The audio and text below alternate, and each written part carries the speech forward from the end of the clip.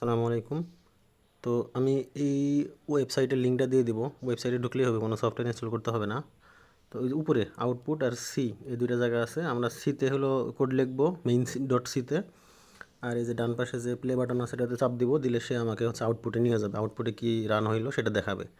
আবার আমরা মেইন সিতে যে আমরা কোড চেঞ্জ করব। তো এখানে ইনক্লুড মানে ইনক্লুড করা, যুক্ত করা, এসটিডি আইও। এসটিডি মানে হচ্ছে স্ট্যান্ডার্ড, আইও হচ্ছে ইনপুট অ্যান্ড আউটপুট।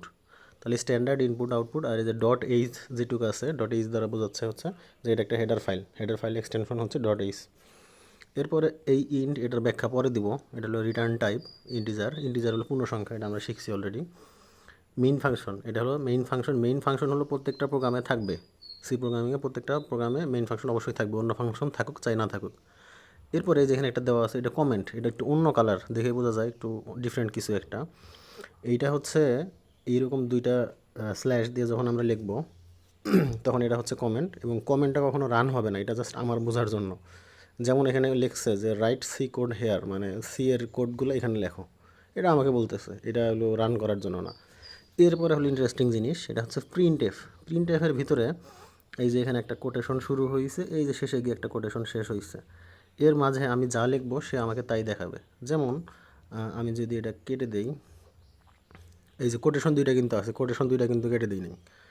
এখন গুড মর্নিং লিখি, এটা যদি আমি রান করি, আচ্ছা রান করবো কীভাবে, এই যে ডান পাশে যে প্লে বাটনটা আছে এটা প্রেস করলাম, এই যে আমাকে মেন সি থেকে আউটপুটে নিয়ে গেছে, এই যে গুড মর্নিং প্রিন্ট হয়ে গেছে। তো পরীক্ষার মধ্যে যদি আসে যে যে কোনো একটা কিছু, যেমন এইচএসসি এক্সাম, এই কথাটা আমাকে প্রিন্ট করে লিখে দাও, মানে সি প্রোগ্রামিংয়ের মাধ্যমে প্রিন্ট করে দাও, তখন আমরা কী করব, আমরা লিখবো এখানে এইচএসসি এক্সাম। এটা লিখে যদি আমরা প্লে বাটনে প্রেস করি, তাহলে আমাদের এই যে এইচএসসি এক্সাম লেখাটা আসছে, এই যে বাম পাশে কোনায় এখানে। তো এটাই হচ্ছে আমাদের বেসিক সি প্রোগ্রামিং কোড। এইটা আপাতত বোঝার চেষ্টা করো, আমি ধীরে ধীরে আরও কয়েকটা দেওয়ার ট্রাই করব।